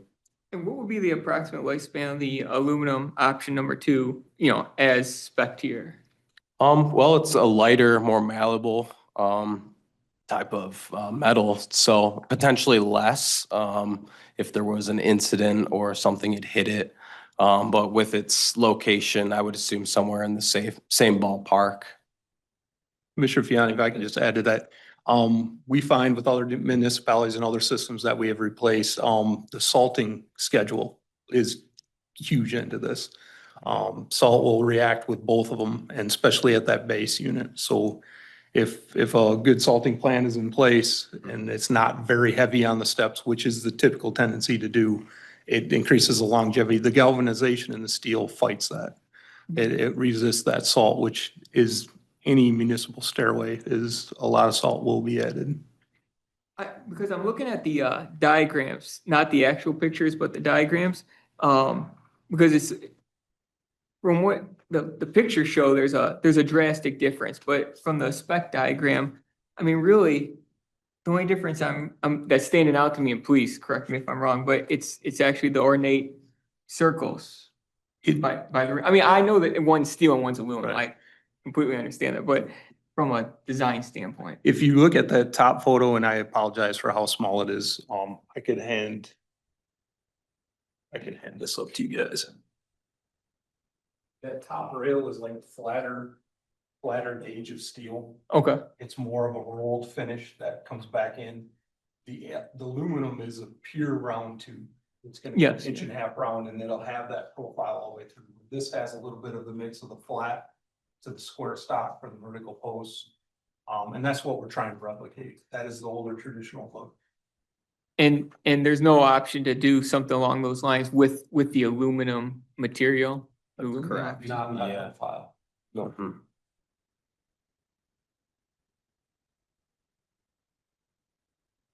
Commissioner Dean, go ahead. Oh, I'm good. Yeah, so Howell's the county seat. And now I have led many Memorial and Veteran Day events out in front of these buildings. And there's numerous concerts, festivals, tons of events. And as a member of the Veterans Memorial Committee, we spent 8 months redoing the memorial out in front of this wonderful looking building. And that was done with a lot of private funds. In fact, I think Prosecutor Reeder gave a giant check to that to help us finish that off. And, it's $11,000. I do like option one, and that's the way I'm going to be voting. Anyone else? Got one for you. Commissioner Sample. I had asked a question. There was in your specs, there was to exceed the standard tolerance to 1/2 the allowable tolerance. And if there was any cost savings, if we were to go to the allowable tolerances. The tolerance was in reference to the level of finish that they'll put, making sure everything's ground smooth, and after it's hot dip galvanized, all those are knocked down, so you have a smooth. Yeah, you're burless, right? Yes, yep. Yeah, I didn't know if you were talking about the installation tolerances or the manufacturing It tolerances. is manufacturing, since it will be fabricated and then it's gonna get dipped. We want to make sure all the joints are smooth and ground, and that's what it's in reference to. I have a question, which weighs more? Does the metal weigh more? The steel would. The steel, I think just for that reason, it's more hefty. And I think I'm for the metal, the steel part. And I think, I guess, I like that look. And I think that if we get 10 or 15 more years out of the steel than out of the aluminum, which I think is very likely, it'll be money well spent. So that's kind of where I am. Yeah, I'm gonna be in agreement with that, the fact that the flat bar with the square pickets is gonna be a much better quality product than the aluminum. I would also like to say, it's all really in the name of the building. This is the historic courthouse. It's all in the name right there. I would never propose a modern railing system, or I would propose, I'm sorry, a modern railing system at all of our other buildings, not at this one. We've made an effort in the past several years to abide by the historic nature of the building when we've renovated the clerk's office, the elections division, installing the gutters, renovating the register of deeds. We made clear efforts there with slightly increased costs because it is a historic building. So in my opinion, I believe we have a great obligation to abide by that. And in my opinion, installing an aluminum square or aluminum round railing is not doing the building justice. Commissioner Domas? I'm sorry, you're still up. Oh, well. As, in the timeline of the project between when, because we need to get the project started so we can get it We done do, in time. yes. But the railing's gonna be one of the last things to come. Mhm. Would it be fair to say that based on approval for what this rail, if there was some looks for a cost savings rail, that's the same, similar product of what you're looking for there, be provided that be a savings? That we would shop for it a little bit further in process of the construction. I think that's reasonable. Mhm. I'm just saying, I think to get the project going forward, we could move on with, either eliminating the rail from the project, because we can't open the courthouse without the rails because it won't pass code, so we won't pass building inspection. So it could really get the project moving and delay the rail decision instead of holding us up to How it. does that? And I'm not suggesting we do that. I'm just saying I'd like to look for options better than the aluminum rail myself. Mhm.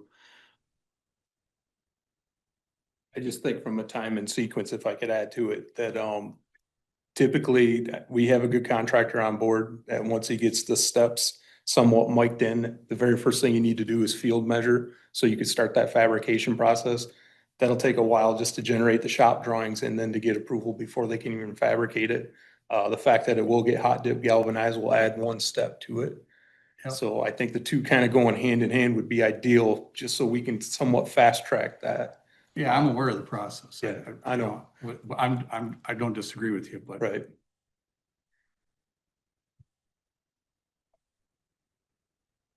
Commissioner Domas? Thank you. What was the driving force to replace these? Was it aesthetic or was it a safety issue? We currently have a safety issue. The steps are crumbling on each entrance, as well as our administration area that's being constructed. So that is initially what brought it up. And further conversations with Administrator Byrd, he had a great support for this project as he sees the safety hazards at play. So that's kind of where this project had taken off. But there was no official safety recommendation by, let's say, the building department or the fire department or? Certainly I think they would agree with my recommendation, but no, nothing official was given out, no. We're missing chunks of the steps over there. Rebar is showing, it's also showing signs of where rebar has popped through and we're getting rust coming down the steps, showing that in possibly another year, those steps are all gonna start to crumble just like the Well, I agree administration. that the concrete part of the project is definitely has to be dealt with. Yep. That's not just a wearing surface, that's a crumbling surface. Correct. Handrails, on the other hand, are a little different. They don't wear out because you wear them out with your hands. And we investigated reusing the existing handrails, but with coming up to code, the rise and run of those rails, adding the balusters, it just doesn't make financial sense to pull those and try and rehab them into something. However, we will hang on to them, reuse them for, we have another stair set out here, maybe another purpose in the future. We're certainly not getting rid of what we have. Okay, thank you. Anyone else? Commissioner Gross?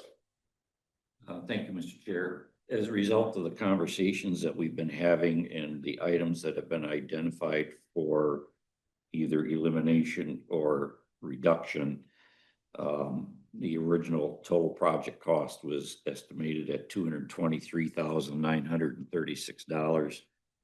And it looks to me like that number should now be something in the range of $195,000. So I'm wondering, would it be in order to perhaps put in the terminology of not to exceed 195,000? That's just asking. I understand. I think a not to exceed is probably good to go in. I don't think anybody's gonna have a difficulty with that. Does anybody have a difficulty with the bond being omitted? Apparently that saves $6,000. It was a suggestion by Director Eggleston because he's got high confidence in John Stewart contractors, and they've done a lot of work for us. So they're a veteran of our system. Yes. And it was your thought we could admit the bond. Mhm. What would that mean? We would have to put in the contract. We could put in some contract language to make sure that payments are processed and that John gets paid as well. Yeah. There's no falling out of the service here. Sure. Commissioner Domas. Yeah, I'm sorry, wrong end. The items that I recorded was a reduction of $15,000 in the contingency, the elimination of the bond at 6,002. Previously, I think we indicated we did not want the limestone cap, which was 6,100. So those items bring the cost down to 196,000 and change.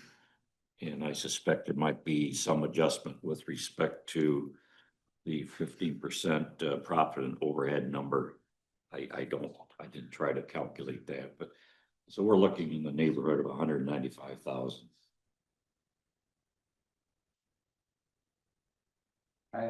Mr. Chair. Let me double check. Does that sound right? Yes, it does. Does that sound right? I was just clarifying, yes. Does that sound right? Not quite. You have the sheets. Did they get the sheets that I gave you on breakdown? The Yes, June 20? yes, they have. Yeah. The June 20th. Everything. Mhm. That all relates to the profit overhead, everything on that, on those numbers. Right. Yep, so we have 15,000 for contingency reduction, $6,002 for the bond omittal, and then, I misspoke, there's also $140 cost reduction. However, that was only if we are going to an aluminum railing, so that Correct, doesn't apply here. Right. Mhm. And one other, thing I may add, there is no reduction for limestone because limestone was never in our quote. Correct, but we wanted to make sure that, We had it in our It was in my total yeah, resolution. it was in the cost. resolution, so we need to handle it. Yes, thank you. So that leaves the final issue, because I think we've got general consensus of the ones we just spoke about. And I'll make it simple. All those in favor of spending the $800,000 for railing, please let me know and I'll count. So that's the steel, right? It's the Yeah. expensive As one. planned. The steel, yes, as proposed originally. What do you say? Commissioner Helserman? Yes. Steel. Commissioner Domas? Yes. Commissioner Deaton? Yes, on the steel. Commissioner Sample? Yes. Drick is a no. Commissioner Fiani? Whatever the majority of the board wishes. Spaghetti spine? Mr. Panovich? I just heard what you said. I vote for no railing at all. No railing at all. You're gonna get a call from the building department, I think. I know. But for, Mel? I'm in favor of the aluminum. Aluminum, so that's a no. Hey, Wes? Steel. Steel and Jay Gross. steel. Steel. So we're at 25.8, and that also means the 140 at the bottom of the June 20 is out. Does not apply, correct?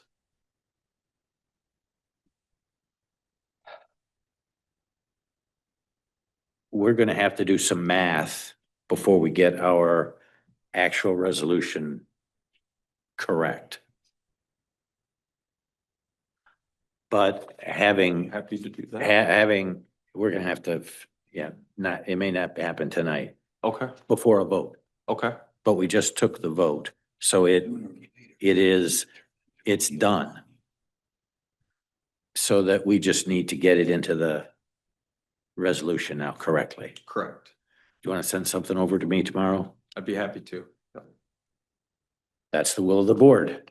And I don't think we have anything more to do on resolution 2025-0603, except I did take a roll call. Did you catch that? well, so may I perhaps provide some clarification or? Oh, now you want to talk? Go ahead. So, so the roll call vote, now my interpretation was a consensus on the decision of the railing. And we do have a motion and a second on the floor pertaining to the resolution. In a quick review of the resolution, the areas that stick out to me are really just the paragraph of therefore be it resolved, where we would need an amendment to the numbers. I think we need to amend the numbers in the whereases also. I don't believe so because the whereas, first off, initially the whereas is not binding, but so for example, the one whereas it says submit the lowest bid quote that will provide the concrete construction at a rate of 214,000. Well, that is what was submitted. It does include, that number does include a $30,000 contingency. And we chopped it to 15. Right, but when we go down and address the therefore be it resolved, we could take care of all of that with just a final figure that Commissioner Gross recommended. Because the whereases are just statements of facts, which He's on the calculator, right? We have all the math right Yeah. here. If we'd like to plug it in right now, if you have time. 187, 498. Slow down. Sorry. The lady that has to understand all this is sitting over here. Yes. We're just figurehead puppets. Okay, she's the lady that does all the recording. Understood. Okay, so very slowly, tell her where you are, which paragraph and what number you're adjusting. So our original estimate here is $208,500. Where does that appear in the resolution? That would be, let's see. Okay, let's. I have the resolution. Let's start with this. So Director, we have the whereas, John Stewart. Yep. So whereas, John Stewart Associates of Milford Mhm. submitted lowest bid quote that will provide concrete construction at the rate of, and the number in here is 214,600. Mhm. Which- That should be 187,498. Okay, Which includes the RFP scope of work, a $15,000 contingency fund in place of 30,000. right? Hold And on. then Slow down. Okay, and then the limestone item for 6,100. could be omitted. That's a deletion. So strike after fund. Mhm. Okay, strike after fund in that paragraph. Then we move to the next Well, whereas. we would need to add the $6,000 as well for the bond omittal. So a reduction of $6,000 to omit the bond. Did I phrase that correctly? That's Yeah, in the but put it in- 187. that- So I'm that's off the sorry. 187. After- It's already in the 187. Yes, that is Okay, so we're included good- in the we're good there. 187. We're good there. Yes. Yep. So moving to the next whereas, remaining costs for architectural and engineering fees to Lindhout and Associates in the amount of 9,336, and that number cannot go up. I'm just letting you know right now. But it could be less. It could, Just because of. it's on call hourly. So Yes. if we come in at half of that, that's Is all that we're a billing. percentage fee or is that just a, because all these other things Well- are coming down, is that a percentage fee? That's what I'm, It- It is not. It's not. I think it's hourly. How long it? Be on the contract. So then the rest of that paragraph reads, for this project brings the final total project cost to, and the number I have here is 223,936. But it has to be changed to the That's one right. you're gonna tell us right now. Add your,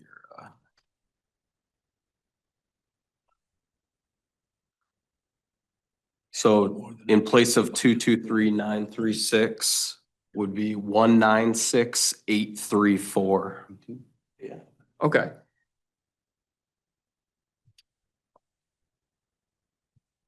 Then. I had that number. Yes, yes. Are we adding, 9,336 and then 4 less? You mentioned that. Or we need a minute. Okay. We'll leave that. Thank you. not to exceed? No, we'll just leave it as is. It's gonna be a side. I was kind of, Kevin knows what I meant. I did.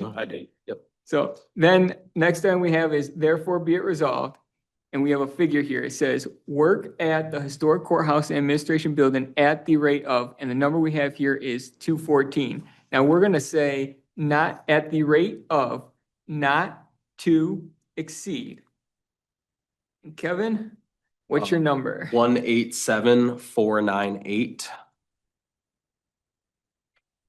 187498.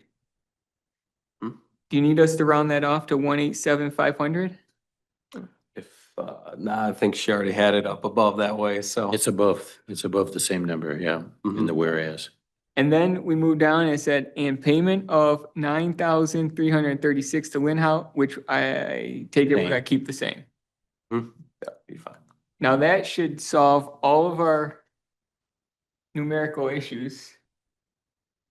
And if no one has any objections, I make a motion to amend the resolution to modify it to the figures that were just presented. Second, Sample. Motion by Fiani. Second by Sample. That now we've plugged in different lower numbers. And our clerk is nodding that she has them all. Yes. Okay, we're good for the record. Any discussion about it? Any conference, any analysis? Okay, and this will be a roll call vote. We're spending money So this is on the amendment. on the amendment. Yep, roll call.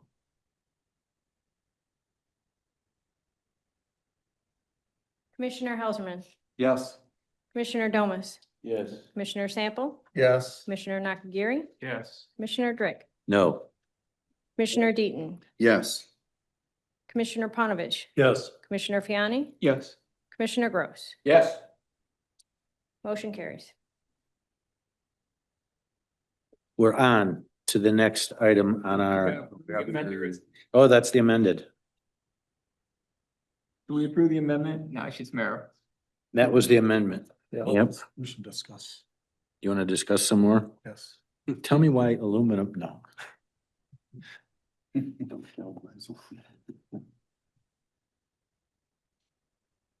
Roll call vote for the entire amendment, the entire resolution as amended. Commissioner Helserman, Yes. Commissioner Domas, Yes. Commissioner Sample, Yes. Commissioner Nakagiri, Yes. Commissioner Drick, No. Commissioner Deaton, Yes. Commissioner Panovich, Yes. Commissioner Fiani, Yes. Commissioner Gross. Yes. Motion carries. Thank you. Commissioners. We're on to 12I, and it's number 2025-06-084. It's a resolution authorizing a budget amendment for jail inmate clothing and supplies brought to us by our sheriff. Excuse me, Commissioner, before we go any further, you have legal counsel who would like to make a comment really quick. Our attorney has his hand up. Matt, you have an interruption. Go ahead. Just a request, if anybody has those numbers in writing that we could give to the clerk so that we can cross-reference the verbal recitation and the numbers in writing, that would be helpful. Thank you.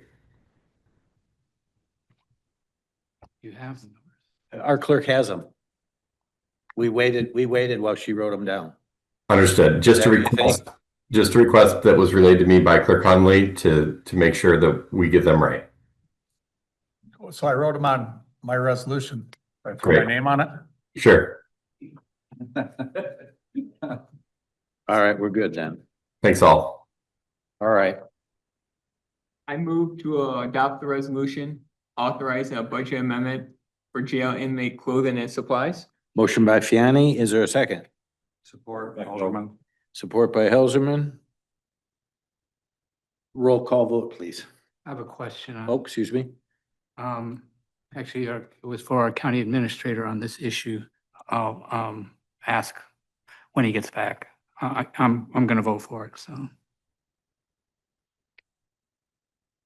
So you want to delay your question, or do you want us to Yeah, I'll- answer your question before? You can vote? hold the vote. I'll ask Nathan later. All right. So we'll proceed with roll call vote on 12I. Commissioner Helserman, Yes. Commissioner Domas, Yes. Commissioner Sample, Yes. Commissioner Nakagiri, Yes. Commissioner Drick, Yes. Commissioner Deaton, Yes. Commissioner Panovich, Yes. Commissioner Fiani, Yes. Commissioner Gross. Yes. Motion carries. Thank you. We're on to 12J. It's number 2025-06-085. It's a resolution authorizing an agreement for law enforcement services between Livingston County Sheriff's Office and Tyrone Township. Can I get a motion? So move, Helverman. Support Domas. Motion by Hilserman, support by Domas. All those in favor, voice vote, kindly say aye. Aye. 9-0 is what my ears heard. That passes. We're at number 13 on the agenda, accounts payable reports. 13A reads claims dated June 23, 2025. 13B reads payables dated May 31 through June 15, 2025. Can I get a motion for both A and B? So move Gross. Motion by Gross to approve A and B. Is there a second? Second. There's a second by Commissioner Nakagiri. All those in favor, kindly voice vote, say aye. Aye. It's 9-0. Passes. Item number 14 is call to the public. It's our second one of the evening. It's 2 minutes in length. Are there cards submitted to our clerk? I have no cards. No cards? Krista, is there anyone with their hand up on the Zoom? No, Commissioner, I do not see any. Thank you. No Zoom. In that case, I will close the call to the public at 8 p.m. And we're at commissioner comments, item number 15. Any commissioner wish to talk? I would just like to make. Commissioner Helserman, go ahead. Our president has made probably one of the most historic moves for our country. And we just pray for him and for wisdom and for our country that we'll be at peace and that the world be at peace. So. Thank you. Other commissioner comments? Any? Seeing none, I'll close commissioner comments. We're on to adjournment. Can I get a motion to adjourn? So moved, Fiani. Moved by Fiani, support by Deaton. All those in favor, voice vote, kindly say aye. Aye. 9-0 is what I hear. We are adjourned.